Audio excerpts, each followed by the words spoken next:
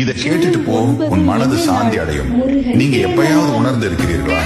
இதை நீங்க ஒவ்வொருவரின் விருப்பு வெறுப்பு அறிந்து உங்களை மாற்றிக்கொண்டீர்கள்.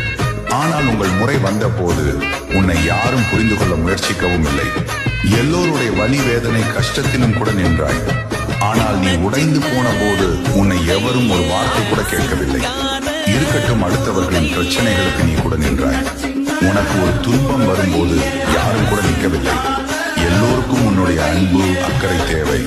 ஆனால் உன்னிடம் யாரும் காட்ட மாட்டார்கள்.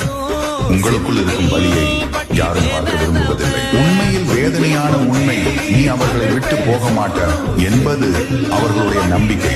யாரும் உன் வேதனைகள், துன்பங்கள், வலிகள் புரிந்து கொள்ளவில்லை என்று கவலைப்படாதே.